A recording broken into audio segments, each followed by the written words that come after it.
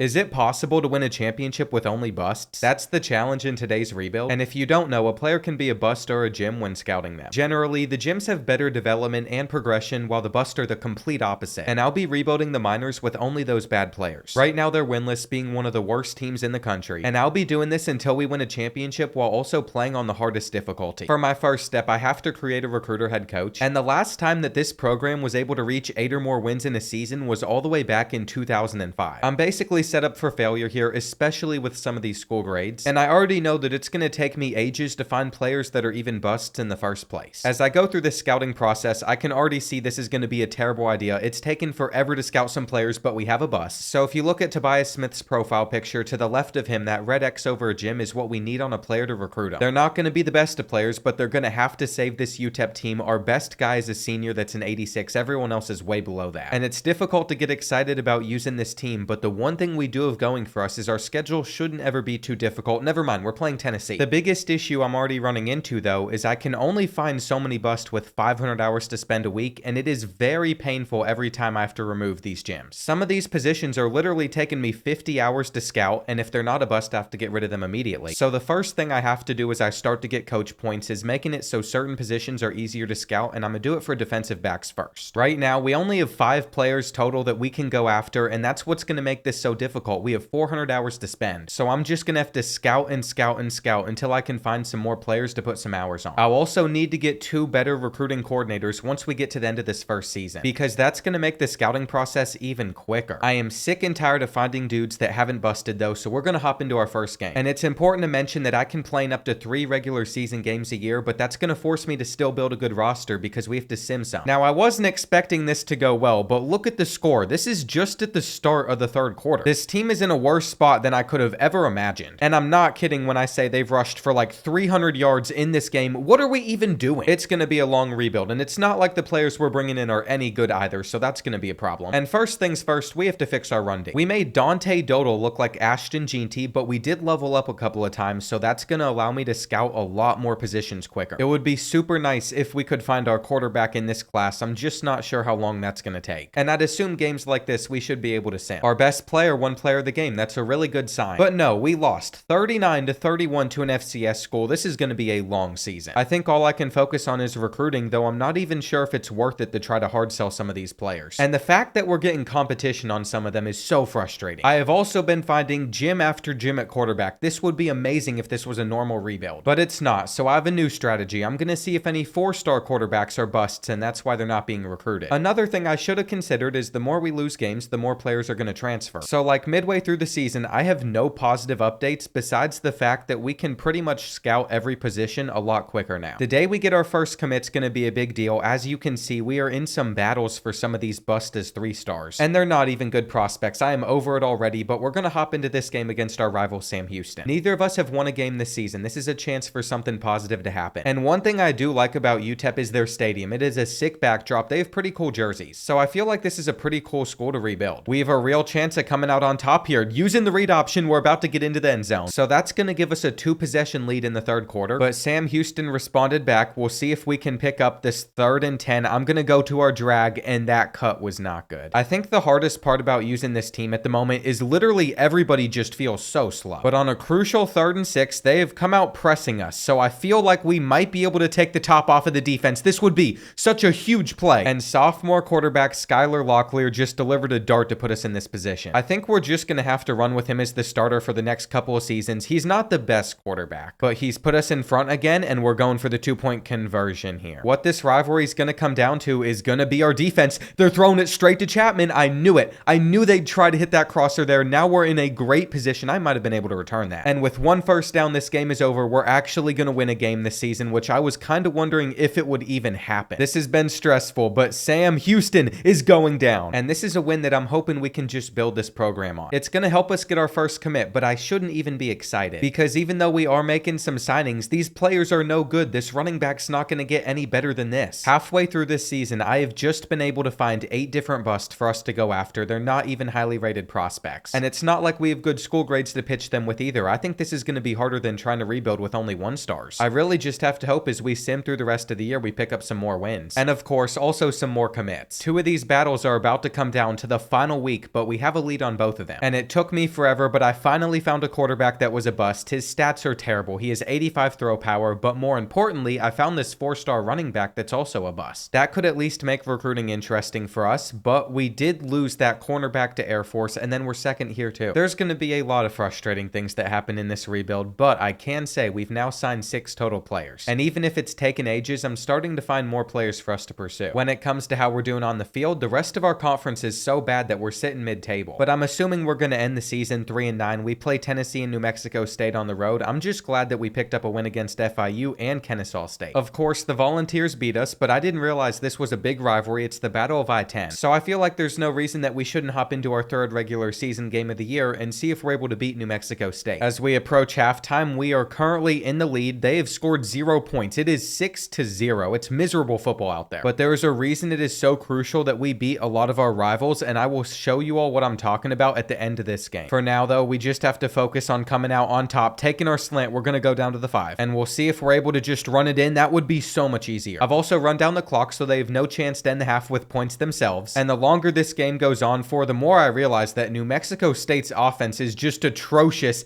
As I'm saying that, though, we might be giving up our first touchdown, and their quarterback missing that throw pretty much just sums up how this game went. We have now won 2 rivalry games this year. That is a very big thing for this team, because even though we're not that good, and we probably won't be good for a while, I want to be able to unlock this architect trait. Down in tier 2, for each position, you have a chance to increase a random skill cap every time a player levels up, but you have to win 4 rivalry games. And if you don't know what skill caps are, they are these gray boxes that limit how much a player can really improve themselves. Bust prospects are filled with a ton of them. You all will see once I can start showing you some of their player cards. So that's a way for these players to be a little bit better than they're supposed to be. We finished 4-8. It wasn't a great season, but it also went better than I was expecting. And even though Skylar Locklear's stats are not good, we're probably just going to ride him out for the rest of his career. Some of these players that you're seeing, though, might decide to transfer if they have a deal breaker that's met. So that's never fun to think about, but our best receiver was actually a sophomore, not either the seniors that are both much higher overalls. One of the most important things, though, I can do at this moment is just firing both of these coordinators, because we have to build from the ground up, and I want guys that are both good tacticians and recruiters. That could help us play better for the time being, but it's early National Signing Day. We can see some of these player dev traits. I've already seen an impact, which is good for a bust. Normally, they're just there on normal. And that was really disappointing to scroll through, but we still have a chance at landing this 4-star running back. To be honest, though, I was struggling to find guys that I actually wanted to hire as our coordinators until I found this one right here. He is a perfect tactician and recruiter. We need the boost from the tactician side of things so our roster overall goes up until we're actually better. And I think the motivator archetype is going to be useless in this rebuild because I don't want players to progress quickly if their skill caps aren't high. Them maxing out their little potential doesn't really help us, but Colorado won the national championship. And that's crazy, but it's time to see how many of these 12 players actually leave the program. It's going to be 4 of them. We have no chance at persuading them to come back, and then we're also going to lose some seniors. That was always going to be a thing, but that doesn't really faze me. What does, though, and what's going to bug me is even if I scouted as many of these transfers as I wanted, there's an issue. Of all the transfers I've ever looked at in a rebuild, I've never found one that's a gem or a bust, so we basically can't even go after any transfers. That's going to limit us quite a bit in recruiting, but I think we have a big enough lead on some of these players that I'm not even going to have to put any hours on them. Finding only busts has been quite the process, but I think I have finally discovered a quarterback that could actually be decent for us. But eventually, I have run out of 3 stars to scout, so now I'm starting to look at 2 stars, and do I really want to go after them? I just feel like this class isn't in the best position, but we're so close to landing the 4-star. And I'm disappointed to say that on this tight end, TCU has come out of nowhere. Luckily for us, we're at least going to get Jamal. This has to be a huge signing for the school. And we would lose out on a couple other prospects, but I just realized I signed like 6 running backs. If I'm not careful, in a few seasons, there's going to be certain positions on this team that just are not accounted for at all. We signed 19 total prospects, and I'm looking for any other impact devs just to make me feel better, but it seems like most of them are normal besides the 4-star running back. I can't be upset about this recruiting class, though. It is ranked 2nd in our conference at 46th in the country, and I think in the future I'm going to target athletes just so we have multiple uses for them, like wide receiver. We didn't get many, so we'll put Dalton Sweat there. As for the exciting true freshman to look out for, Cornell Salim is a 69 overall quarterback, and then at running back, Jamal is a 73. But I have a feeling that when I see their skill caps, I'm not going to be too happy, and our team overall comes in at a 79. That is an upgrade. There are certain players like Elliott Mills that were already on the team that jumped up a bunch, but as you can see, this is the skill cap issue. It's going to be almost impossible for him to progress anymore. The same cap is going to happen to every single bust that we sign. This is our quarterback. Cornell Salim cannot get much better besides in his IQ, and that's why I'm scared to spend some some of the coach points that we have at the moment because I really want to unload it into the architect tree. It will be a while before we unlock it though, so I should probably go with most influential on every single position just so it is easier to get certain prospects in. And for almost every single player that we just brought in, I'm probably going to redshirt them so they have another year of eligibility. This is going to be a process. Season 2 probably won't go well either. We have number 12 Texas and number 8 Kentucky on our schedule. But the main focus has to be recruiting. We have 33 team needs to fill. I'm going to have to somehow find 33 different busts and then also get them to commit. It's really hard to do that while also recruiting players with only 400 hours available a week, but at the moment I have 7 different guys that we can go after. And I'm ready to fly through this season. Non-conference doesn't matter too much to me. Like I'm expecting, we're probably going to lose a lot of games and have a lot of players want to transfer. But you know what? We should probably make sure that we don't lose to an FCS school again. It would be so embarrassing if we dropped this. But I couldn't let that happen. Through 3 quarters, we've had no issues in this game at all. So going into the 4th, we're up by 18. They've literally only been able to throw for 23 passing yards. And Locklear's a junior now. He's had to take a little bit of a step forward, which is nice. It's actually really crucial that we have a better season than we did last year if I ever want to have more hours to spend in recruiting. But of course, we know what 2 games are coming up, which is why it's such a good thing that we've at least guaranteed 1 win. Going into week 5, like expected, we're 1-3, but we have a chance to beat Western Kentucky. And I think we should take that if we want any shot at doing well in conference play. It's at home and our team overalls are very similar, even if our rosters are not. So I figured that we'd have no issues keeping things competitive in this game, but we simply have not been able to move the ball. It has been a struggle to pick up even first downs. I'm going to try to beat them deep right here. And they have us going for it on this 4th and 5. That's what the coach suggestion was. We're going to drop it though. Going from blowing out an FCS school to putting up 0 points is definitely a wake-up call. This team is not where it needs to be. But then again, we were playing Western Kentucky, who could win our conference. It's not looking too good for us as we go into the rest of the season. And of the 7 players that we've gone after, we're having to fight for some of them. We're probably going to have to schedule this guy for a visit and just hope that we beat New Mexico State, or else Houston's going to steal this prospect. I literally have 0 hours available to scout more players and find more busts. This is all we can go after. I have 0 confidence in our future at the moment. I don't care that we're making signings because realistically, these players aren't that good and Houston has got to stop. North Texas also coming out of nowhere for John Lamar, the only wide receiver that was a bust I could find. I scouted 15 of them and I just needed Kentrell to hold out for 1 more week, but he did commit to the Cougars. He didn't stick around long enough to be a part of this visit week where we're hosting New Mexico State. And even if we did beat FIU, we did lose 2 of those other games. Kentucky's number 3 in the country right now. And with wide receiver John Lamar on a visit, I'm just hoping to get the rivalry win, but this is too close. I have never felt such little hope doing a rebuild, but because I chose such a small school for it, I don't see how this could get any better for us. And please, hold on to the ball right there. I should have kept running, but I panicked. I thought I threw an interception. Now we're just gonna step up. And there's a chance we have to settle for 3 right here unless we're able to take the touchdown. I'm honestly over Locklear at quarterback already. Part of the offensive struggles are my fault, but part of them are his fault. And Foster just got wide open. We really needed that in this game. I'm still shocked at how he was able to get that open, but it was a fade route. It's not fun having him as one of my only reliable targets. And here we go, 3rd and 19 because we just took a sack. That is not going to work. They marched down the field and scored a touchdown too, so with less than 5 minutes left in this game, the pressure is on us to respond. The hardest part is knowing we can't get a field goal out of this because we're trailing by 4 points. I'm just going to run it in here. But we were short, so now we have to go for the QB sneak. This game is basically just in the hands of our defense now. And it really is so important that we come out on top of this one. I'm not sure if we can stick with everything though. And there is no way they've decided to punt with 2 minutes left. They are trusting their defense.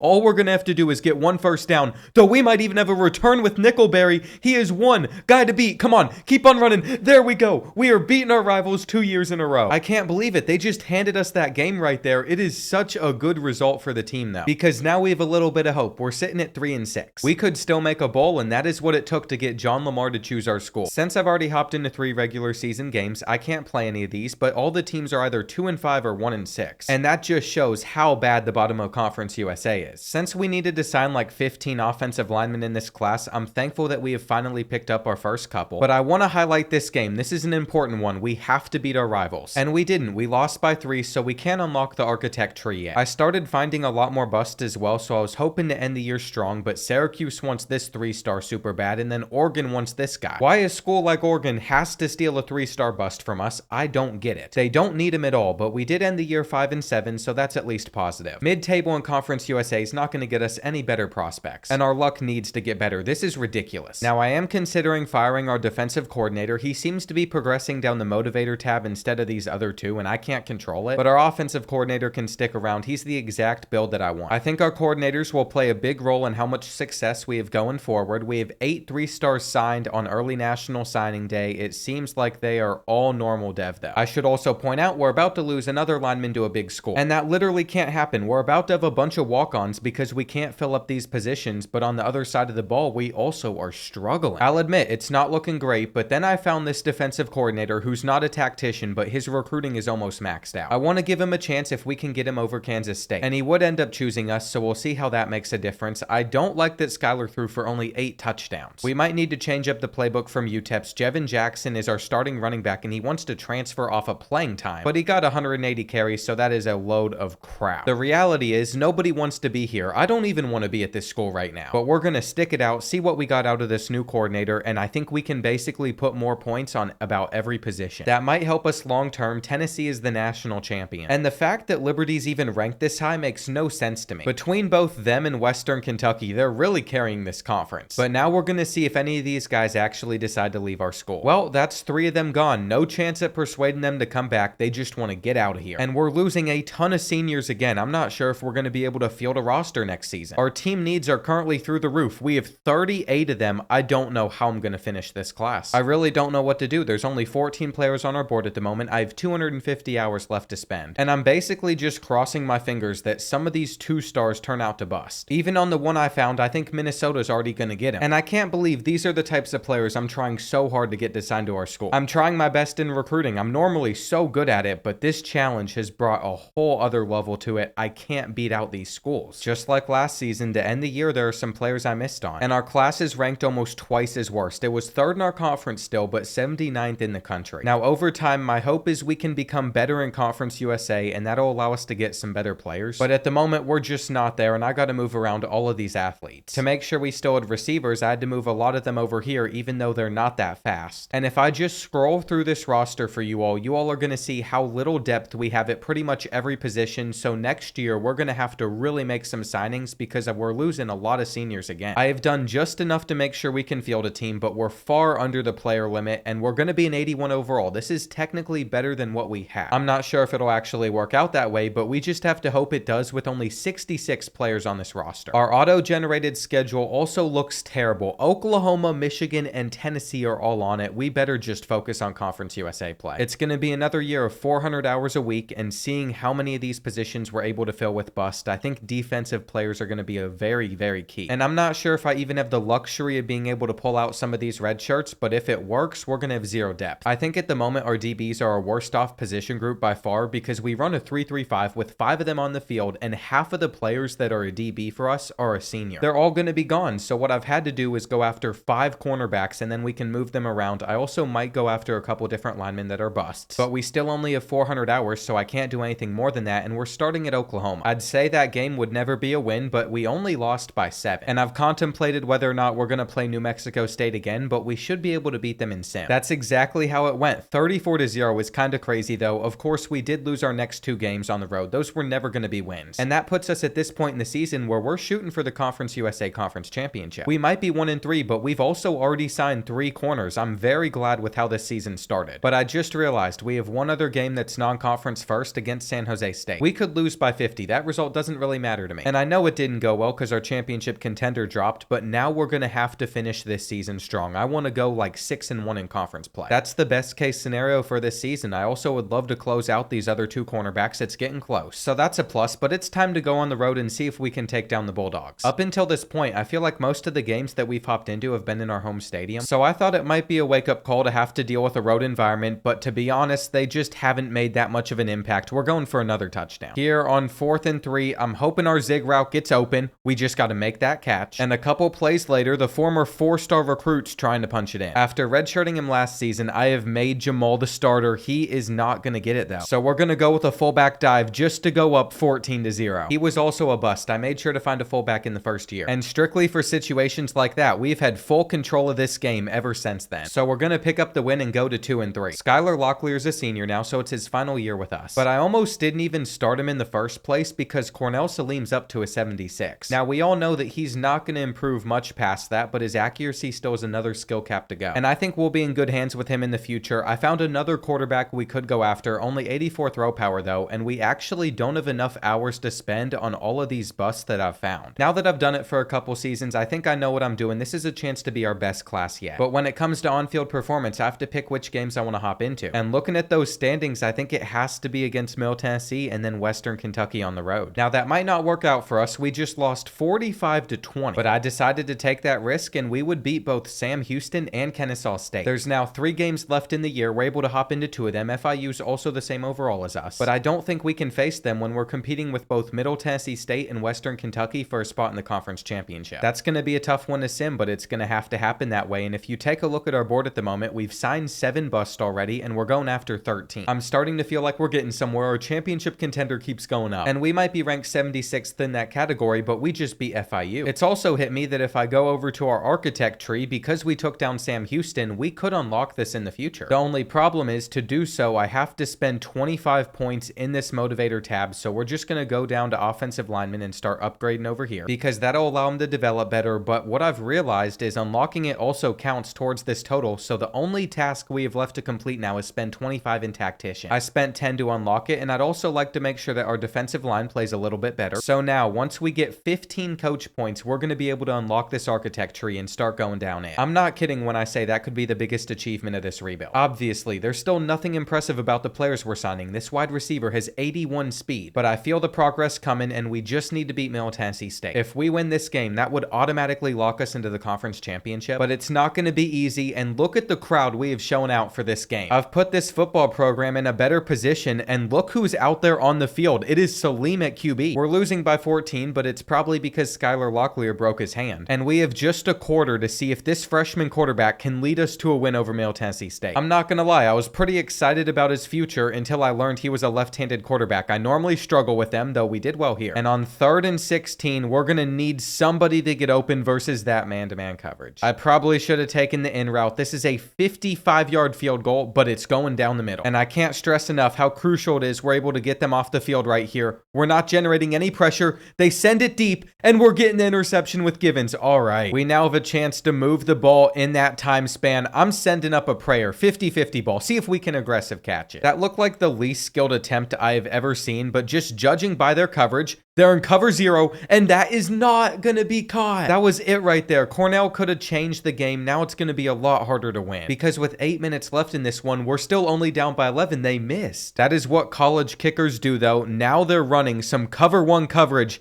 and that's got to be held on to. What are you doing? I'm just going to go for it right here. I have seen enough. These receivers don't look like they want to catch the ball, and they'd only get a field goal, but if we don't pick up this 4th down, this one is completely over. Thankfully, Sweat drops it again. Really? This team's broken. We deserve to lose. There was no coming back. And now we're facing Western Kentucky, number 9 in the country, by the way, to play in a bowl game, not the conference championship. They're undefeated in conference play, and Middle Tennessee State has the tiebreaker over us, so there's no way we get in. And I could say it's a disappointing end to the season, but we just made 4 more signings. I'm also going to talk about Tavita Officer, because this is an athlete quarterback that has 92 throw power, while Amari Merrick is a wide receiver that would have 91 speed, 93 jumping, and he's 6'4". That could be a really good pairing to keep an eye on, but I would love if we could upset a top 10 team, and it's possible with Locklear back in the lineup. We have a lead, but that play had no chance right there, so we have to drill this field goal to go up by 6 points. He clearly makes a huge difference. I'm not sure what we're going to do without him next season. They've thrown the ball straight to Smith right here, though, and we have a chance to return this for a pick 6. We could actually beat a top 10 team on the road. What a play! I am passionate about this team. It is all I have at the moment, because I'm just sitting here waiting on a hurricane to rail Tampa. I promise. I'm in a safe spot, though. I should be okay. I'm trying to finish up this video, so even if I do lose power for some days, I can keep that consistent upload schedule going. But with how long I think this is going to take, I have a feeling I'm going to be up all night rocking with UTEP. On 3rd down, they're not getting this. And after punting it back to us, we were able to seal the upset from there. Now I really wish that we had Skylar Locklear against Middle Tennessee State, and we might need to explore if this quarterback could be the better option for us going forward. I knew we were going to make a bowl game, but I didn't expect to see this screen pop up, which means apparently Middle Tennessee State lost last week. They must have played Liberty. There it is. I called it. It was them that took them down by 7. And the Flames have made it so we can go back to Western Kentucky and win the conference championship. Now, beating the same team 2 times in a row is something very difficult to do, especially on the road. But I think winning this would get our team prestige prestige to go up, which would vastly help out in recruiting with how many hours we get. So this is the most important game we've had so far by far, and we're about to start it with a touchdown. Rugamba is going to take this handoff and punch it in. But with 10 minutes left in this game, we do find ourselves down by 3 points. And I think we have to go for it on 4th and 1 here. This could be a huge pickup, and we're still going. There's only so many possessions we're going to have left in this game, and we don't have time. But we could get them off the field right here. It is 4th and 1, and we're all over it. That's not enough. What a moment for our defense, and using emotion has confused theirs a little bit. I wonder if we're going to have somebody open. We will, not over the middle. That was a bad read right there. I should have just taken the drag route. Now we're going to step up and scramble. It seems to be our best thing here. But with about 3 minutes left in the game, I don't think we can run out the rest of the clock, so there's no reason to run it all down. I would almost like it if there was a little bit more time on the clock in case they're able to respond. But we've hit the 2-minute warning, so that's not looking very likely anymore, and that's not a touchdown either. I thought we had it, but I guess we can run another 40 seconds off, so we get in now. And this is all going to come down to whether or not our defense can hold them. Here we go. 2nd and 10. It looks like a 4 verticals type play. We are going to get the sack. And I have everybody backed up for this 3rd and 20. I don't want to give up anything stupid.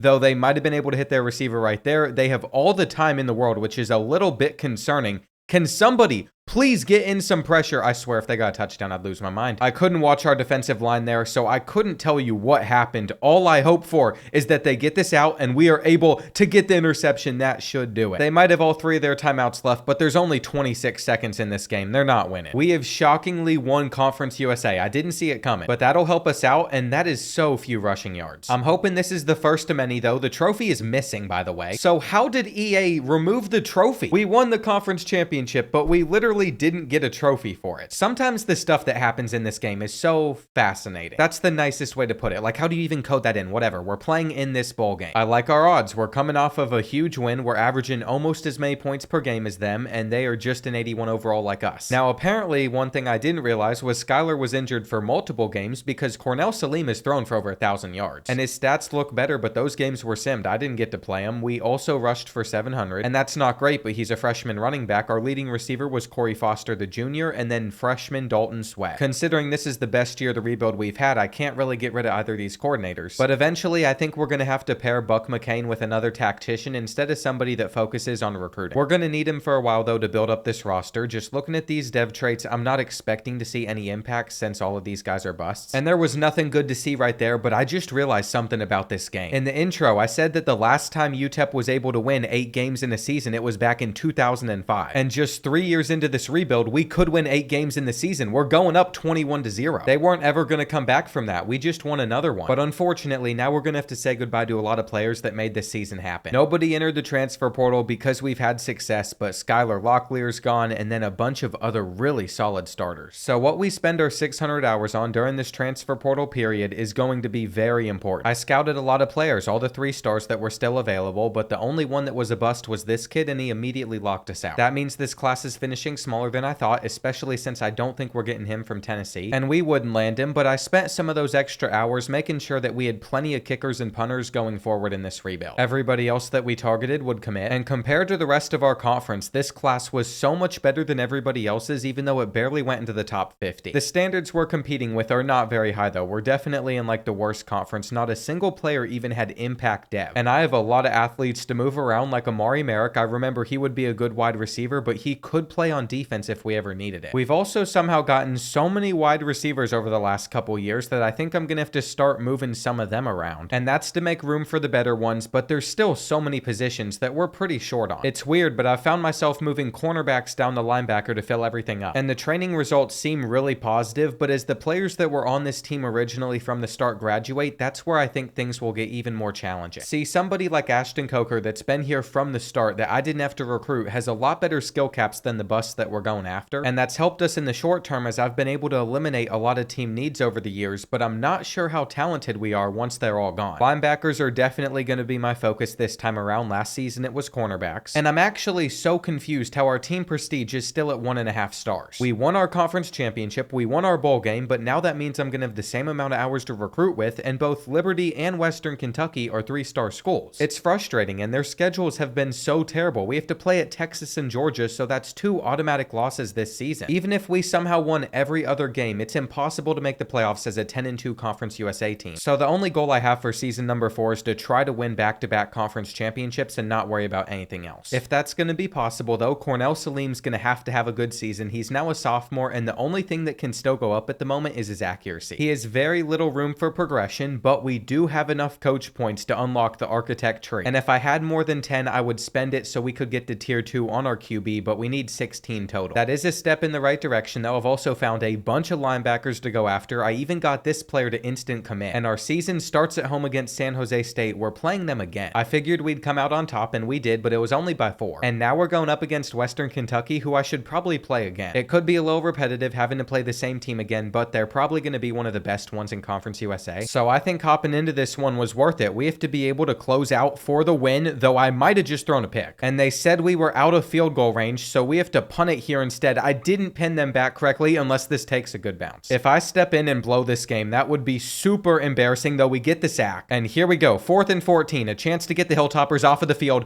They're throwing it straight to me. They always seem to take that crosser. We have a chance to get a pick 6 here as well, and we always get one against the Hilltoppers. It's just the same thing over and over. And they tried to rally at the end, but they weren't coming back. We've started 2-0. I'm feeling pretty good. But the thing is, we never beat Middle Tennessee State, and next up we'd have to play the 85 overall team on the road. I think it's crucial that we play this game. This could be a season-defining moment for us if we took them down. But being on the road, here in the third quarter, we're not in the best of spots. We need to complete this pass on 3rd down. And that throw right there is exactly why Salim's accuracies need to go up, though we should be able to get them off of the field right here. And this drive started in a rough spot, but we just have to pick up this 3rd down, which we do. We're continuing to fly down the field as well. I'm going to wait for our crosser to get open. Over there, there's Sweat, and he takes us inside the red zone. He was one of our leading receivers last year. Now he's a sophomore, and we might have this as a touchdown. Foster holds on to the football. We have a tie game. And here we go. It is 3rd and 6. I'm expecting them to throw the ball, which is what they did, though they're going for a deep shot.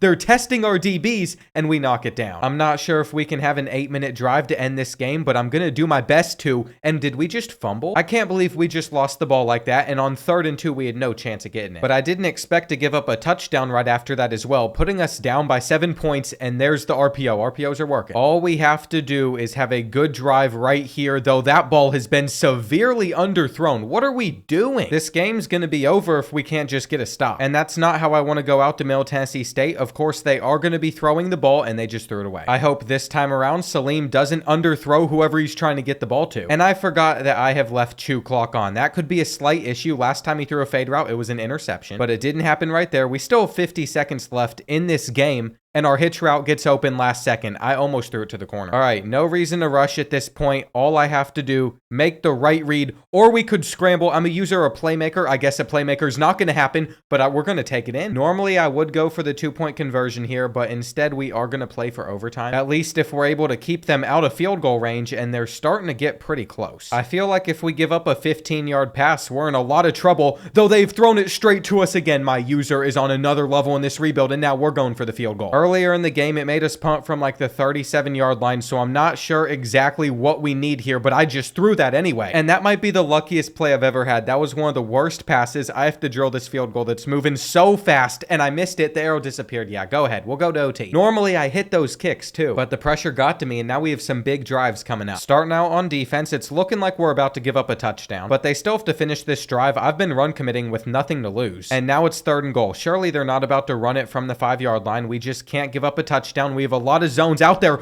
We're going to get the interception with Thorne, and we might not even need to kick a field goal if he is fast enough to take this back. What a defensive stand right there. I'm going to celebrate our last 5 yards in. And the Miners have just taken down the Blue Raiders in a game that will probably put us in the conference championship. That was a great win right there. Cornell Salim came up clutch after his interception. But we're about to play at Texas and Georgia, and I can only hop into one more game this season, so I can't look ahead too far and get too excited. In order to win our conference, we're going to have to come out on top of a lot of games. And along the way, I'm hoping to pick up a ton of commits, but we just lost 2 battles in 1 week. That's not really ideal, but when you look at the full picture, we've already signed 5 different players. And I think it's time we start to explore some of the 4-stars that could be open to coming to our school. Now, we need them to bust in order to recruit them, and I haven't found any of that happening yet, but we did in this situation. And it should be no surprise that we lost at Texas and at Georgia, but beat our FCS opponent. We're now left with just 6 conference games, and somehow Western Kentucky and Liberty are sitting at the bottom of it. From here on out, out, we just have to win the games that we're supposed to, like on the road at FIU. And just like last season, recruiting's going pretty well. We might have lost some battles early on, but at the moment we have 7 commits, and we're also going after these 3 4-stars. I'm not sure if it'll work or not, but we've clearly lost our first conference game. And that's going to come on the road at Kennesaw State after beating FIU 45-0. What a difference in 2 games. I'm sure offensively we just looked incredible in this one. And just looking at our conference standings, I kind of want to play the next one against Sam Houston, but I think we're going to have to wait because we also have Louisiana Tech on the schedule and just hope for the best by Simmons. I also found this bust at quarterback, but his stats are so bad I don't even want to recruit him. I think we beat Sam Houston as well if Cornell Salim is winning player of the week, and we did, but right after facing them, we have Liberty coming up on the schedule. I don't care if they had a slow start to the season. They're always going to be a tough opponent to take down as an 84, but they're 3-3 in conference play, so I feel like I shouldn't hop into that game. That's a hard decision to make, but on the bright side, looking at some of our school grades, they are getting better. I've also just noticed we have 20 skill points available, so we can make our first position group have a chance to increase a random skill cap every single time they level up, and we're going to start with our wide receivers. Reason being, we have a lot of young guys that covers both them and our tight ends, and we have a lot of young players that we need to develop. There's guys we're redshirting like Amari Merrick that could really use it. As you can see, most of his stats are already capped out. More importantly though, it is time to finally sim this game, and that is very good right there. I want to see Dalton Sweat going off. Winning by 8 points isn't that much, but it's all it takes. And speaking of skill caps, he's another player that won't develop unless he starts to break some of these. We need those to go well more than ever, and with these 4-star recruits, I think we started going after players like that too early. I doubt we're going to win any of those battles, but I'm just going to keep on scouting until I can find some other players that are going to bust. I can't keep saying that. There's just no good way to put it. I'm going to start scouting players from Florida because they typically seem to be a little bit quicker. I couldn't find anybody though, and now it's time for our final 2 games of the regular season. We're already bowl eligible, but I want to make the conference championship, and all we have to do is win one of these. Since we have the tiebreaker over FIU, losing both of them is the only way to not get in. And I want to scout out Louisiana Tech since that's probably who we're going to play for the title. They've played us pretty well, but if we're able to pick up this 3rd down, we have a chance to take a 2-possession lead. And this is aggressive, but I'm not kicking the field goal to go up by 8. I want to get a touchdown right here, and we drop the ball. Now, you could argue that that wasn't the greatest read of all time, but we've gotten them to a 3rd and 18, and we really should have intercepted that pass. It is still on us to close this one out. We continue to pick up first downs while chewing clock, and we're doing all this without starting running back Jalen Rugamba because he broke his tailbone. Injuries are not fun, but we are still a solid team all around, and that being marked as a 2nd and inches instead of a 1st down there helps us out so much, though there's a flag on the play. You've got to be kidding me. We just gave them a chance in this game. Now we have to run for the 1st down in 2 plays, and we're probably not even in a field goal range. It would be a tough kick to hit, but they have come out pressing, and I'm going to throw this. I was going to throw it either way. It is covered really well. They wanted me to punt though, so I'm going to punt. I don't want to give them good field positioning. I should have pinned them inside the 5. And they have to drive 93 yards down the field in just a minute and a half. That's going to be difficult to do. I'm really not too worried. It's taken them a while to get even to this point on the field, and they've only got 1 timeout remaining. They're throwing at my user, but that one I underestimated. I should have had that interception right there. He was just so quick. Now they're inside the 10, and I'm a bit concerned that they're going to score now. I have to stick with both of these drags. They throw it in the double coverage though. Just take a knee in the end zone. Go down, go down. We've gotten another win off of our defense. I am more confident in them than our offense at the moment, and that's no disrespect to Cornell Salim, but we're not scoring that much. The results are what matters though, and that gets 4-star Devin Austin to come to our school. I really didn't think we were going to pull that off just because the other 2 battles don't seem to be going our way, and I would have never guessed that with 3 losses we would be sitting up here inside the top 25. Even though the rest of our conference is not very good, we've gotten some respect. So no matter what happens in this final regular season game, we're playing for a conference championship. We've clearly won again if we've moved up to number 17, but we're playing Louisiana Tech, so it's just the same opponent as this game, but I'm hoping it's not as close. It's weird to say this, but we could make the playoffs with our ranking. Charlotte is the only group of 5 team that's ahead of us at the moment, and if anything would get our school prestige to go up a little bit, that would be it. Now unfortunately, the other 2 4-stars would choose the bigger schools, but we learned that we have to shoot our shot, and I have so many hours available to just keep on scouting prospects that I might want to land. It's also time for the conference championship game though, so we have to get into this, and I'm really rooting for Tulsa to upset Charlotte in this one. I think it would really help our progression if we were able to get into the playoffs, but we might have been looking too far ahead. At the moment we're losing this game, which is very concerning. There's not much time left, and how did we just drop that pass right there? I am so sick of using these garbage prospects. I need to go after better ones. I think my strategy next season will be to see how many 4-stars we can bring into this team. They would be even better for us. Foster is able to get loose right here though. go. And we're not that far away from the end zone. The read option has faked enough people out as we get in. The 2-point conversion is what matters, though. They've gone with man-to-man coverage and got instant pressure off of that side. So we're just going to have to hope that we can get a stop right here. They've tried to beat us deep, and we got back to it. Based on how they were lined up right there, I'm not sure how that is even physically possible, but we're going for the fade route. We're doing the same thing to them. I didn't want this to be tight, but it is, and now we're working to close this one out, which is not fun without our starting running back, but we should be able to. Our blocking actually looks pretty good at the moment. We're going to get some more good blocks here, and we're also going to make that kid miss. That's great. I feel like we're in a pretty interesting spot, though, because the 2-minute timeout just hit, and I'm going for the touchdown. Little John catches it. That's our freshman tight end there. I redshirted him last year. And all it takes is one more stop for this game to be done. They are trying to scramble. It's not happening. Our defense has been in this situation before versus Louisiana Tech. They caught that. That's tough right there. I was feeling pretty confident. We're going to get over to that one, though. You can't hit it twice. Godin has come away with another interception.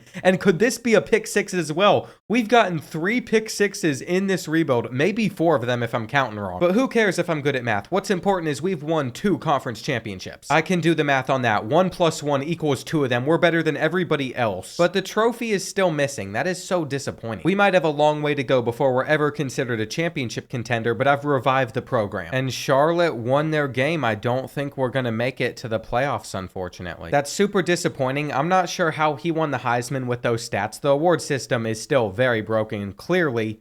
And we're playing Nebraska in the playoffs. I guess we were the 5th highest ranked conference champion. This is huge. And what is wrong with this bracket? In our section of it, you have UConn, Charlotte, and us. Plus Nebraska and Texas A&M have defied all odds to get here. I know we're probably going to lose this game, but this is a great stepping stone for our program, and I just hope somebody doesn't steal either of our coordinators. They're clearly working pretty well for us. These are our players and their dev traits. I want to see something higher than impact, but we didn't even get that. And talk about a good season from Cornell Salim. He threw for 3,600 yards with 27 touchdowns. He also was our leading rusher, 9 of them on the ground. Right behind him was Jamal before he got hurt. And then through the air, we didn't have a 1,000-yard receiver, but Dalton Sweat was the #1 guy again. I want to see these skill caps get broken into so he can go above a 73. And let's just go ahead and get this over with. But before we finish the rest of this rebuild, a word from Prize Picks, today's video sponsor. College football just had another incredible weekend, and to make it even more entertaining, I was on Prize Picks, where you pick 2 to 6 players and then predict if they'll go higher or lower on their projections. You can also make entries easier or harder with the Demons and Goblins system, and I'm coming off this win, so I'll definitely be looking to do that again. Prize Picks is available in over 30 states, so there's a good chance yours is eligible, and I can also get you some cash to start out with over there. CodeBoard will get you $50 instantly whenever you play with your first $5 plus lineup, and now it's time to resume the rest of this rebuild. It's a road game as well because it's in the first round of the college football playoffs, making it even harder. But we have defied all odds, keeping it close so far. That is also some coverage that we should be able to beat. And these drops are really hurting me. We should have been able to catch that right there. We'll scramble for 20 instead. What type of sliding is that? I can't believe we just picked that ball up. It should have been a fumble and they should have been getting it instead. And whenever it matters the most, I guess everybody's just going to forget how to catch it. We're throwing this slant on the run.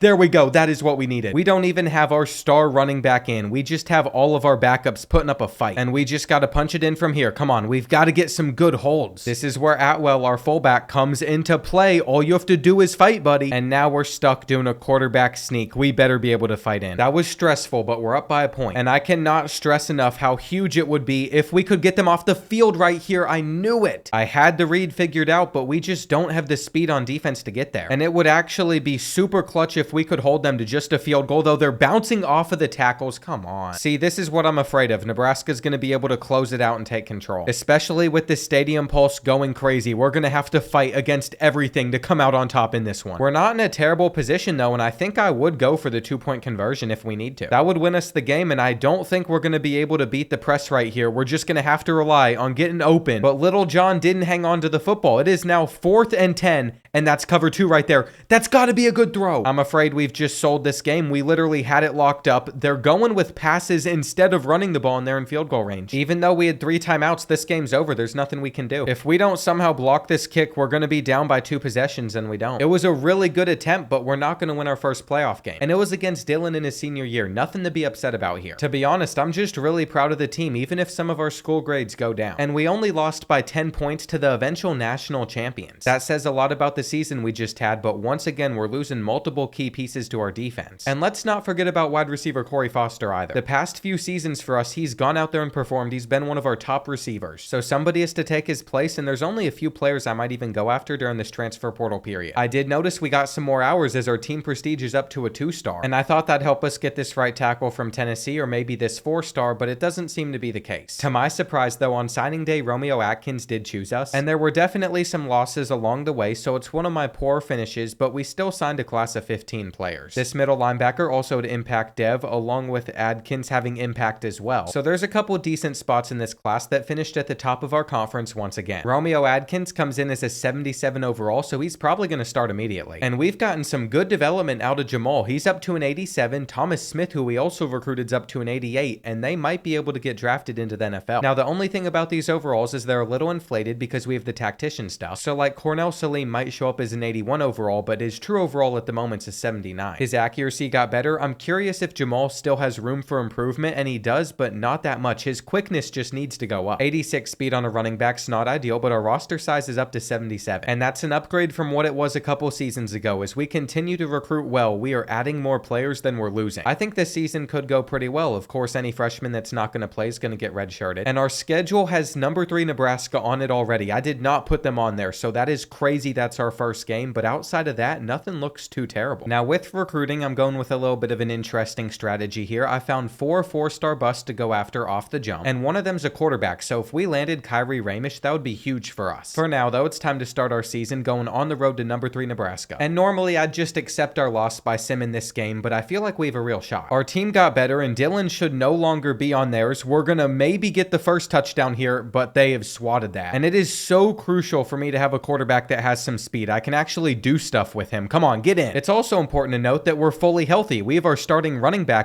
for this game, and last year the fullback dive didn't work. This season, it's not either. All I wanted was a good start here, and it seems like they're gonna hold us to 3. We'll just take it in. And I knew that their starting quarterback would probably struggle in his first game that he's starting, but he scores. Matthew Crum has kept the Cornhuskers in it, even though we had a 2-possession lead. We're now here at the end of the third quarter almost, and we are still in control of this one, though they're getting pressure off the edge. I knew it was coming. Not much that you can do about it, though. This bubble screen to Merrick could work out really well. That is the freshman, and this would be so massive for us if we could beat the number 3 team to start the year. Now, I won't lie, Jamal has struggled quite a bit in this one, but we're still passing for it, and I think quarterback sneaks are more effective than fullback dives. Nebraska's still not going away, though. They would score another touchdown, keeping it within a possession, and all of that wear and tear damage is super concerning. We almost have to throw the ball, and they were not getting out the Regis. We might only be an 84 overall team. We're not going to have a great season. We're fumbling it away here. Okay, I was about to say something important. Now I'm just frustrated because they're about to tie it up off of a BS fumble. We had full control of this game. Even though our running back is completely exhausted, they just keep putting him in there.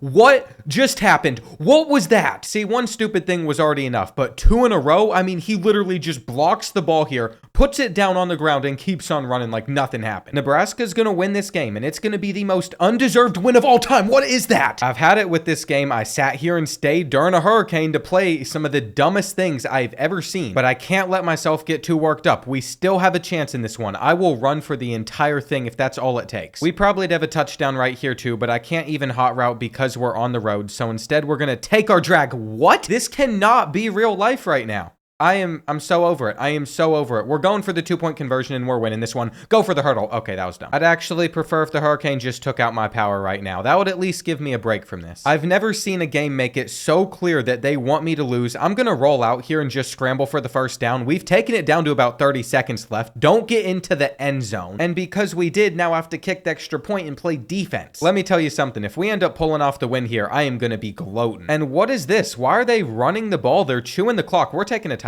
They're trying to send this one to overtime. They're scared of facing us in regulation. They knew we'd get the interception in field goal range. Now we just have to hope that we can take this return into field goal range. That would be so clutch. But even if that didn't work, we have a freshman named Merrick. He is 6'4". If we have enough time to get this ball off, we could actually catch the Hail Mary for the win. That would be such a sick ending to this game. Come on, give me the ball, give me the ball. All right, we're headed to overtime, but spirits are lifted. And we're starting out on defense. They're hitting us with an RPO, but it's going to be a third down. Here we go. We have a real chance to get them off the field. If they run this ball, we should be able to fill that gap up. And you know what? This is why I love this game. This is why I play this game. We can win with a touchdown. Emotions were high. I was frustrated, but we have gotten our fair chance here. That is all that I could have hoped for. I don't want to force anything. I think a read option could be a good call here, and we are going to be able to pick up the first. No matter the situation on this drive, I promise I will not be settling for a field goal. That spin got us inside the 5. It didn't even register for a second. I was just so locked in. Now they're getting in pressure, but we can scramble. Come on, get in. EA didn't want us to beat the number 3 team in the country, but who cares? We've gone out. We've upset them on the road. And that is how you get revenge right there. 6 touchdowns for Cornell Saline. You gotta love this though. After a huge win over the number 3 team in the country, our championship contender and our program tradition just dropped. I know, that makes a lot of sense, doesn't it? I can't even let myself get upset about that though. There's a chance we could sign all of these 4-star prospects. And what's crazy is after getting that win, I guarantee some of these games I'm about to sim in our non-conference schedule, we're gonna lose. We might be the higher overall team, but I'm already preparing myself to go like 6-6 in sim. Because that's just how this game works. But we actually won this one 37-9, so maybe not. It was with Cornell Salim not throwing the ball well either. All of our success came on the ground, and I guess he rushed for quite a bit too. We're very fortunate to have that junior combo the next couple years. We're also inside the top 25 now. But there is something concerning I have to show you all. Texas State's overall comes in at an 84. I'm simming the game because I want to win our conference again, and it looks like SMU's going to take this QB. But it's kind of my fault. I haven't been hard selling him like I should have. I've also leveled up, so with my 24 coach points, I'm going to spend 16 of them getting to Limitless Tier 2 for our secondary players. And the reason I chose to do that is a lot of these guys' speeds are just not high enough, so my hope is they can progress in the quickness category. Like I called though, we would lose our next game, and we better not drop this one on the road at Wyoming. They were winless, and we kept it that way, winning 41-20. I'm still not happy about losing to the Bobcats, and we have 3 road games coming up, but we are ready to finish this season. The big stretch is always conference play. I want to win our 3rd straight conference championship, because that seems to be the only way for us to keep on building up. And we got to get higher than a 2-star prestige, or we're just going to keep on losing out on all of these prospects. Now, to determine what other 2 games I want to hop into, I've looked at every single team's overall in our conference, and the best 2 are Sam Houston and Middle Tennessee State. So those seem to be the crucial ones to play, but I don't trust this team in sim. Liberty is going to be an 82 overall. Normally, I'd just show you on this screen, but I absolutely love the bug where instead it shows our opponent from last week. And this might actually be the worst screen I've ever seen in my life. We lost 4 prospects. We might still get Marlon Urban. I don't think we're getting this lineman though. And you know what? It's about time I go back into the recruiter tree and start to put our tier 3s up, because that allows us to put more hours on these players. I am so dumb though. I thought I was doing it for offensive linemen, and I did it for our wide receivers. Well, I did all of that to probably still lose this battle. And I'm 100% blaming that Nebraska game for my current state of mind. We should win if we're 6 overalls better, and I feel like we had to if Cornell Saline played this well. We took down both Liberty and the Aggies on the road going into our bye week before we finish out the rest of the season, where we only have 2 more road games. And Conference USA is getting represented right now. Both us and Western Kentucky are in the top 25. This is the best and the most competitive I've ever seen this conference look. And I feel like we might actually be able to sign both of these guys only because they're on a visit week. I like to see that we at least signed the running back, and then we did get the left guard as well. We brought in 2 4-stars. So this is progression for us. We're also going after another one down here. I found a tight end, and we can put up to 80 hours into him a week. 80 hours at once. The biggest bust find I've had yet though is Mitch Henry. He's a quarterback, 90 throw power, 90 speed, magician, and the field general abilities. I don't know what it's going to take to get him, but it seems like we continue to win through sim. Or maybe I'm still very slow. Apparently we just skipped over a bye week, but we did beat Louisiana Tech on the road. I also still think it's important for me to hop into both the Middle Tennessee State game and the one against Sam Houston. So we're just going to continue to ride this out. We're currently sitting at number 11 in the country. You also gotta love how Nicholas Regis has won Player of the Week in our conference with 3 carries for 51 yards and no touchdowns. But you have to assume in that 32-point win that he was getting catches or something. That's the only way around it. How is he our leading receiver? Considering Amari Merrick is injured and he's our slot receiver, that guy must be our backup slot receiver. And we have quite a few that we're dealing with, so there's no guarantee we continue to win. What did I say? I called it. We were eventually going to lose 33-17, so now we have to finish the rest of this season strong. And in order to make the conference championship, I think we have to play the next 2. Also, for a little update on the 4-stars, we have a lead on Mitch at the moment, the quarterback, and then we're putting 80 hours into Tyler, but Tennessee can still catch us. That just blows me away, but it's finally time to hop into a game again, this time against Sam Houston. After how how close we played the Cornhuskers, there was no way this was going to be close. And I'm challenging that this was a touchdown catch right here. I swear he got a foot in. The refs would give it to us, but they kept wanting me to go for a 2-point conversion. And to be honest, I'm so sure that they're not going to come back versus us, I didn't care. I just kicked the extra point. They have literally thrown it straight to us right here. That is game. We wrapped it up. At one point, it was 35-7. So they had a little bit of a comeback effort, but they weren't winning the rivalry. The win also means that we're signing 4-star tight end Tyler Cockrell. And coming on a visit this week is Mitch Henry, who we still have a lead on. With that result, one more would clinch our spot in the conference championship. But it's against Middle Tennessee State, and they're the only team in our conference that's a higher overall on paper. They've been a tough team to beat in the past as well. I'm a little bit concerned. But with a couple minutes left, we're up by 15 points, so one more stop would do it. Our defensive line isn't getting in pressure in time, which is disappointing. But our coverage has been locked down. It is now 4th and 8, and that route always gets me. That one was open too. They're being smart, saving all 3 of their timeouts as well, which is why I'm concerned. But after not holding on to that ball, it is 4th and 7, and we have a zone right there to get the interception. It would be great if we could return this as well. We seem to get so many pick sixes, and there it is. We're improving to 9-2. It's definitely a little shocking to me that as a 9-2 team, we're viewed this highly in the country, but if I scroll up to number 1, that's where Kentucky is sitting. So at this point in the Dynasty file, everything's going crazy. We have one more game to sim, and whether we win or lose won't affect our spot in the conference championship, but it would affect our spot in the playoffs. Well, either way, I don't really care. We got Mitch Henry to commit. This is what we needed. And of course, we have fallen to 9-3. Like I said though, we're still in the Conference USA Conference Championship, and it's so disappointing that we were only able to score 14 points versus the Hilltoppers. For how strong it seemed like everybody in this conference started, they pretty much just beat up on each other. And I can't believe I'm saying this, but if we jump UAB in the rankings after winning this next game, we could still make the playoffs. Just looking at these conference championship games as well, if either Georgia Tech or Colorado loses, both of us could get in. I just have to hope that one of those plays out in our favor. And Jacksonville State's a new opponent. I don't think that we've had to face them yet in this rebuild. Now, my expectation anytime I hop into a game against a team in our conference is I come out on top. Because from this point forward, we're only going to get better, and we're already just dominating. We're currently up 28-3, and we're the Miners, not the Falcons, so we're going to make sure that we close out this championship game. For the 3rd year in a row, though, they still don't have a trophy to give us. We're basically just getting scammed playing in this crappy conference. And I don't know, there's just something about Conference USA I don't like, but we signed a 4-star receiver. I've had to have recruited that kid, but I don't even remember doing it. And by winning our game, we have fallen in the rankings. UAB is up here at number 16, but Georgia Tech lost. Colorado also lost. Hang on, are we going to be a 1st-round bye in the playoffs? That should put us as the 4 seed. These are also terrible stats to win the Heisman with, so that's back-to-back seasons for that, but look at this. We have a bye in the 1st round. That's great for us, though, and when I went after a bunch of players from Florida, I guess 4-star Tony Dell was in there. I thought he was a 3-star, and looking at some of these dev traits, we got star on a bust. It took us like 5 years, but we finally saw something good out of those. And we are playing my Kentucky Wildcats in the quarterfinals. That's not really a surprise to me, though. They barely beat Colorado State. And you never know when we could make a run and win the entire thing. I just don't think our team is strong enough at the moment. With a couple injuries to some of our best starters, we're going to be down to an 82 overall. But apparently that's still better than what Kentucky is, so we could really win this game. They've gotten the first touchdown, but we have a chance to respond back. We're getting it out versus that man-to-man coverage. And we might be slow, but we were fast enough to get the touchdown. Kentucky scored on like every drive in the first half though, so we have got to end this half strong ourselves, and they picked it. For some reason, with our slow receivers, I thought we were about to beat them deep or something, and instead we've set them up to potentially take a 17-point lead. There's no way they just hit that. We are in some serious trouble. If we can't figure out how to score soon, we are not going to be able to win this. On 3rd and 7, we're not picking it up. And after we've done almost nothing throughout this entire 3rd quarter, I feel like we've got to go for this. Do not drop the ball. They'd only get a field goal, but by now it's almost like all hope in this game is gone. Why was that pass so delayed? It just floated there for a bit. We've lost in the 1st round of the playoffs again. I can't even be mad about it either. It was to my favorite team, but they lost to Notre Dame in the championship. To make the playoffs 2 years in a row, though, is a very big deal for our program. Cornell's only going to be better as a senior, because this time around, he rushed for even more yards and touchdowns, and Jamal also was able to stay healthy. I will point out, though, that Dalton Sweat went from our leading receiver to getting no targets or catches at all. He was not on the field, and we had 2 freshman redshirts that came in and balled out. That's what happens, though, whenever your overall is capped out and you only have 87 speed. I wanted Dalton Sweat to keep on improving and being a key key piece for this team, but he's just not that great. That's the issue with only recruiting players that bust. There's a certain level that they're able to get to, though we seem to keep on progressing a little bit. And I'm not too upset about the players we lost. I just don't see how I'm building a championship contending roster when we're losing battles on some 3-stars still. I mean, we're a consistent conference champion and playoff team, but our team prestige is only 2.5 stars. So we're just getting disrespected, and I'm gonna try one more time to see if I can find any transfers that bust. I'm pretty sure it's just a waste of points though. I have never seen anybody be a gym when I scout them either. And I feel obligated to find more players for us to pursue since we only have 11 of them committed at the moment. What I'm gonna do is I'm gonna pursue these 3 that I found, but after that we're just adding on players that we don't really need. And I can't believe I'm saying this, but we only signed one of them, and that one player was a wide receiver with 86 speed. He's pretty much a useless addition to this class, which is ranked below what Middle Tennessee State did. But that's definitely not taken into account well that we just signed 5 4-stars, with one of them being a tight end that has star dev and the other one being a quarterback that is perfect. As a freshman, Mitch Henry is going to come in as a 73 overall. We're definitely going to start him after next year. I'm still making him our QB. I've also moved Cornell Salam over to running back for a quick second just to try and reroll his abilities. He's now going to be a field general, and that surprisingly worked. He no longer has magician, but he does have some platinum ones. I'm also wondering if doing something like that can affect a player's skill caps if they end up changing archetypes. And if so, that would be huge. It might be something I have to explore in the future. For now though, we're going through training results, and we have an 86 overall team. With how many seniors we have, that kind of feels like our ceiling unless we start getting 4- and 5-star busts more often. We play at Texas, but that's really the only super hard game on the schedule. I like to see that. Even if we can't win a championship, making the playoffs 3 years in a row would be nice. We definitely need some quarterbacks and halfbacks this time around, but everything else is kind of up for grabs. Like if this 4-star DB ends up being a bust, that's great, but we don't necessarily need it. Now with our current recruiting board, I feel pretty fortunate with the 7 busts that I found. One of them is a cornerback, which we really needed, and then also a wide receiver with takeoff. Takeoff is a great ability, but even more importantly, we'd have another option at quarterback if we could get him. I also have 13 coach points available, but I only want to spend 5 for now, and I'm gonna make it so I can actually put more hours into offensive linemen this year. We're starting the season early here too. In week 0 against Wyoming, they're an 83, but I just don't see this current team losing. We got 3 sacks out of the junior, our senior rushed for 2 touchdowns, and we've improved to 1-0, but only by 7 points. Next up is UNLV. I don't really like to hop into any of these non-conference games. We will see what their team overall comes in at. It's an 82. So I'm not surprised we're 2-0, but I thought we lost because our championship contender dropped. It doesn't make much sense to me. We're 2-0, and it seems like we have a chance at getting some of these 4-stars. But I think our biggest issue is going to be that some of these school grades, actually most of them, are still pretty bad. Now I figured we'd be fine simulating against Nevada, and we were, but now we have to play DKR Stadium. And do not ask me how between our 2 teams we're the one that's actually ranked. Going into this one, I'm not expecting to take down the Longhorns, but it would be nice if we did. We still haven't scored a touchdown on this 3rd and 7 though. I think we're picking it up, and we're super close to getting in right here. RPOs normally work wonders. That's a touchdown. The game has stayed tight too. With 6 minutes left, it is all tied up, and the Longhorns had somebody open there, so I'm thankful they're only getting a field goal. Playing on the road though, we all know that it's going to be super hard to get a lot of points. Not being able to make hot routes has been an issue, and even though they run a lot of press man-to-man coverage, we simply don't have the speed to beat them deep. We're going to hit the true freshman though, and he is star dev. I would love to say I can't wait to see how good he gets, but he only has 74 speed. He is a blocking tight end, so it might be better for us offensively to have Lil John out there on the field for this play. I'm gonna try throw it over that zone, and that was bad. This is now a huge 3rd and 5, though we have the halfback angle route open, and we could still get a touchdown to take the lead right here. I don't like that these plays are not designed for our better running back in this situation, but if we spin to the inside, we're at the 3, and I'm just gonna roll out immediately here. I will take the drag, or I will scramble for 6. I really like how competitive we've been in this game. I think we've taken a big step forward from last season. On 3rd and 14 though, they're running, and I've put a quarterback spy out there for 4th down, so they can't go with it. I just got stuck though. It's an inaccurate throw. Volk gets the interception, and that should do it for us. I guess they still have all 3 of their timeouts, but we just got so lucky right there. That cut up is beautiful, and the 4-star running back is down. That is how you start a season right there. And everything was looking so up until I saw that we had a deal breaker for playing style on a 4-star we had a lead on. Now he's not the wide receiver with takeoff. That would be Manny Fox, but it's still frustrating to see, and I'll be spending those hours scheduling players for visits. I'm happy to announce that we've gotten at least one of the 4-stars to commit, but I also expected us to lose out on a couple of them, like the quarterback and the middle linebacker. Just looking at our recruiting board at the moment, it is full-on chaos. We might be able to beat Colorado for this corner still, but we got to get him in for a visit against New Mexico State, and we'll pitch Coach Prestige. I'm also going for the comeback of the century on this 3-star prospect. I just started putting points into him. And as the number 15 team in the country, we have a lot of room for error this season. With the rest of our schedule looking like this, I'll probably play against Western Kentucky and then at Sam Houston, because they have the best records and everybody's team overall in our conference seems to be about the same. Whether we won or not, we really took a win by signing Manny Fox and also a 4-star left guard. They're starting to pick up the signings. That is what I want to see, though Colorado got the corner. We can also go after Whiteheart again, but our board looks so odd at the moment. We've only been able to sign 3 of these 4-stars. We didn't even get the 3-star I tried to pursue late. But after checking out Manny Fox again with these stats and then rearranging our board, I'd argue we're in a pretty good spot. I'm going to try to go after this left end. I also found some corners that we needed to fill up. And we're 5-0, so that means we beat Middle Tennessee State. Now we have to beat FIU. I remember one year we took them down 45-0. I was not worried. But every time we have a game, there's a chance the playing style deal breaker pops up on Alejandro Whiteheart. Currently, it looks like I picked the right 2 conference opponents that I want to face myself, but we still have to get to those games first, and Kennesaw State's next. I'm happy to say that Alejandro Whiteheart has committed, but he could always flip schools if we break his deal breaker. And you have got to be kidding me. We lost to 1-4 Kennesaw State on the road. That is just dumb. I know that upsets happen, but that's frustrating. Our roster is an 86 overall. And after a bounce back win against New Mexico State, 28-16, we're ready for Western Kentucky, though Sam Houston has lost a couple of matches. If we just do what we're supposed to against the Hilltoppers, we're going to be fine. And offensively, this was one of the easiest games that I've played throughout this entire rebuild. Their defense just hasn't been able to stop us. We've run all over them. So with 2 minutes left, this game's already over, but I'm going for one more touchdown. We did all that without Jamal Rugamba too. He has a foot fracture. I hope he's not out for too long, and we're also missing one of our best receivers. Injuries could hold us back once we have to play some better teams again like Texas, because when we had them for that game, things were fine. Luckily for us though, Jamal is not on the injury report right here. We're only missing a few players, so he'll be back for this game against Jacksonville State, and we should demolish them. Right now, it's actually setting up for us to play FIU in the conference championship, and I found a few more 4-star prospects to go after where it seemed like we could get all 3 until Nebraska came into the picture. With 18 coach points to spend though, I'm going to make it interesting. I'm going to fight back. I'm going to make it so I can put more hours on defensive linemen, and that plus a visit week win over Jacksonville State made a difference. We're up to first place again. Now with 2 games left on the schedule, I think we have to play our rivals again. It's the road game coming up, but at the same time that gets repetitive, plus Louisiana Tech's still in contention for making the conference championship. We might lose this game, we might lose our ranking, but I'm gonna sim it. And if the 4-star center committed, I would hope that we won. During the same week though, we lost a 3-star corner to Baylor, and the 4-star left end chose Nebraska. So that hurt a little bit until I saw we won 49-20. Surely we just had an amazing game with Cornell, or I guess it was on the ground with Jamal. Now if we beat Louisiana Tech, we're playing FIU in the conference championship, and we better not lose this game, though they are an 84 overall. We've been running this conference for so many years now though, I am not worried, and it doesn't seem to matter which conference team we play against, it's the same result. I just can't trust us in sim. Now we all know that should have been caught for a touchdown, but it wasn't, and they've gotten immediate pressure in. I've thrown an interception to them. That's probably one of the most impressive bad things I've ever done. It was all caused by an easy catch just not being caught, but at the end of the day, we still blew them out. And we clearly have some decent receivers, but these 2 4-stars coming in shouldn't have as many issues dropping the ball. And we obviously have some decent wide receivers, but these 2 4-stars that are coming in should catch the ball more. I'm looking forward to them next season. We've also picked up another commit for our offensive line, and like expected, we're playing FIU in the conference championship. I'm ready to win our 4th straight. I think we've played a different opponent every single time, and I'm starting to hope that somebody poaches our defensive coordinator just so we can get another tactician in here instead of a recruiter. Since he has all this stuff maxed out, it has been super helpful for us, but I think we have to fill up more tactician stuff if we want our overall to keep going up. Those skill caps are what's making it so we can't be a full-on championship contender in this dynasty, and we could pretty much win the game if we get a stop on this 4th and 2, which we do. If we don't win Conference USA for the rest of this dynasty every single season, I will be shocked, because none of these games are close. We've picked up another conference championship. Cornell Salim's ended up being one of the best busts I think I've ever recruited. And for the 4th year in a row, guess who isn't getting a trophy with the conference championship? I'm starting to wonder if the conference even has a trophy for that in the first place. We are finishing at number 4 in the polls before the playoffs, and just like last season, we're getting a 1st round bye. Now, seeing who our opponent could be, I'm not excited for it, but these were good stats for the senior. And it's kind of weird that he almost regressed a little bit, but Jamal had even more rushing yards and touchdowns. Robert Bannon's also come out of nowhere with a 1,000-yard season, 18 receiving touchdowns. touchdowns. And on early national signing day, we have 11 commits to look through on the dev traits. The 4 stars start now, and I just want to see something more than impact, but it's not happening. It's not the end of the world though. They'll have better skill caps than 3 stars, and we're playing Texas A&M. I feel like that's best case scenario because surely Georgia's a higher overall. And we actually average more points per game than the Aggies, but they are a 90. This is it for all our seniors though, our quarterback, our halfback, and a lot of other positions. And they've never been able to win a playoff game, so I would love if we could do that. Somehow they missed the ball, and Bannon gets his 19th receiving touchdown of the season. It's pretty safe to assume that they're going to be the next team to score though, but I'm just going to run commit, come out, sending 9 straight at them, and they slip through. With only 4 minutes left in this first half, it has been a fight to get points in this game. We're near the red zone, and I'm going to try to get Jamal Rugamba loose with a halfback draw. Unfortunately, against these better teams, we simply cannot run it the same way we could in conference play, but I still keep on trying to mix in the run anyway, and we might actually have some blocks here that lead to a touchdown. I'm also really hoping we end this first half strong. They had man-to-man coverage out there on Cockrell, but we have no timeouts left, so we have to go up to the line quick. I want to get a field goal out of this, but we also have a chance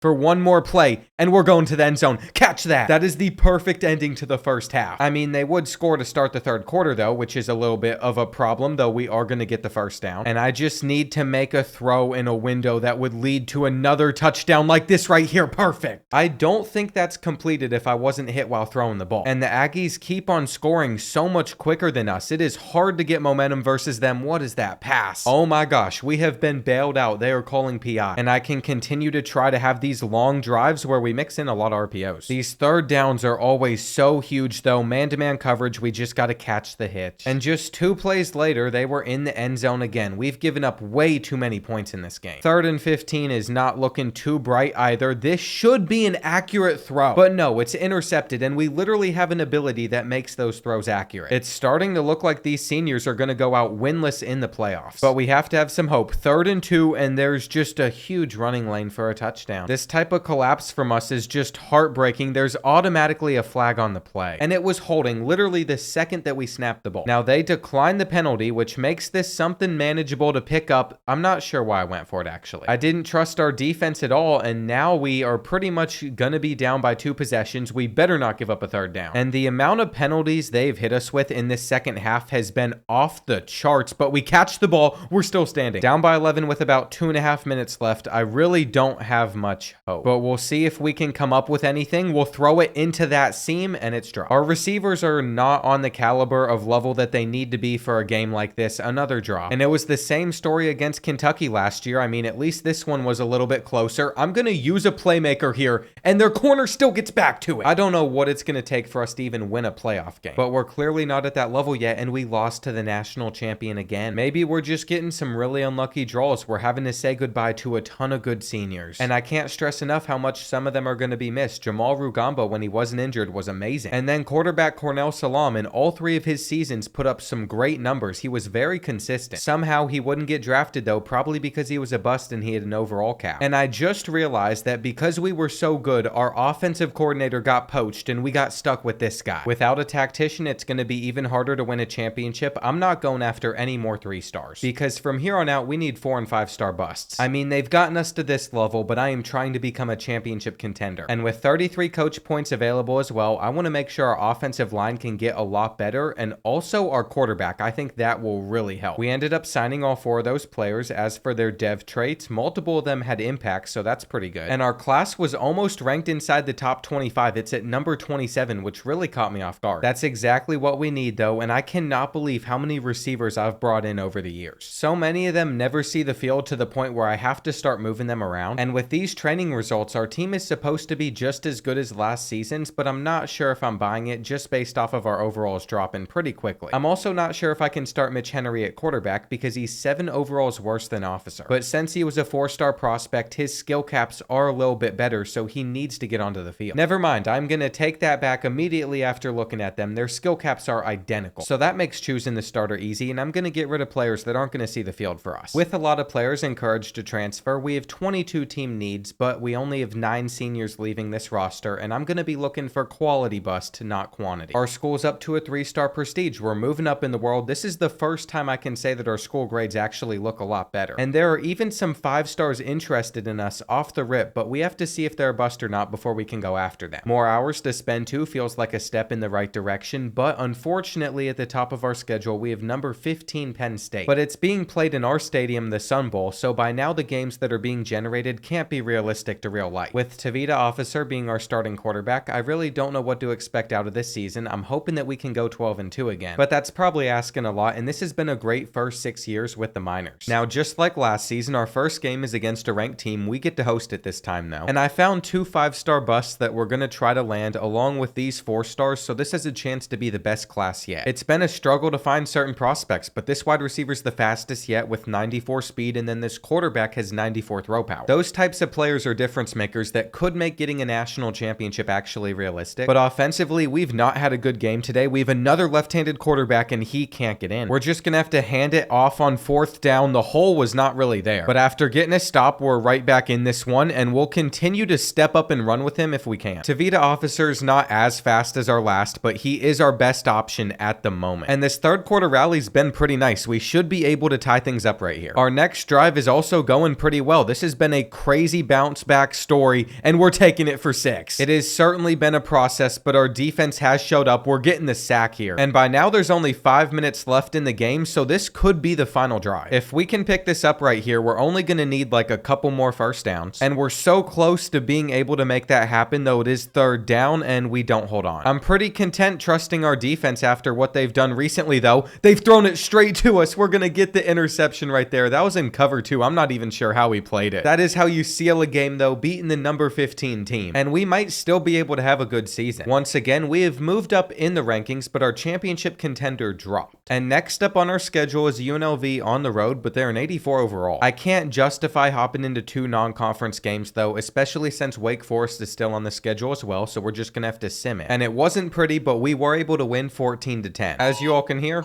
also getting constant hurricane warning. Stop that sound. Now, I will say something that's surprising me a bit is certain players want to transfer out, like Whiteheart, the receiver we just got. So going on the road at New Mexico State, we've got to throw for a lot of yards. I feel comfortable simming that. We've picked up our first 4-star commit, but in the same week, 5-star receiver Frank Pippin chose Baylor over us. We're probably not going to get the other 5-star either. That could have been too aggressive to go after them with our school, but it is what it is. At least we keep on winning, and now we're playing an FCS school. After that game, what I've done is for the next 2 weeks, all of the players that are still on our board will be coming for visits for those games. So if we can keep on winning like we have been doing, we would be 6-0, and we'd also probably land a lot of them. Wake Forest is currently 4-1, so I'm going to have to play that, but we can sim this. And unfortunately, I don't think we're going to get the 5-star. He would have popped up first just based off where he's on our board. But apparently he hasn't committed yet, and look at how many 4-star signings we just brought in. What a week for Miners football, improving to 5-0. And on top of that, I found this athlete quarterback that we could still target, even though in this group of 4 stars, we picked up Nathan Montgomery, who is also a good option. And then this one's going to come down to the wire, but Texas is the bigger school, so they'll probably get James. I've even found a couple more 4-star busts for us to go after. We're going to have a ton of options at QB. And considering that we're currently sitting inside the top 5 with Penn State, who we took down, I think we got to hop into this game against Wake Forest since they're 4-1. They're probably going to give us a better game than anybody else in our conference, but I think I saw a couple drops of rain, so that could always be a problem. I mean, we've had a 2-possession lead pretty much the entire game, but we have to get this 3rd and 10 to keep this drive alive, and we do. And you can probably tell that Mitch Henry, our backup quarterback's out there on the field. He is running the offense. Tavita Officers had a forearm fracture. He's out for the next 4 weeks, so we really need him. And I'm assuming Henry's been starting for the last couple weeks in sim. I just had no idea. There's definitely been some questionable throws like that one right there, but at the end of the day, we've played well defensively.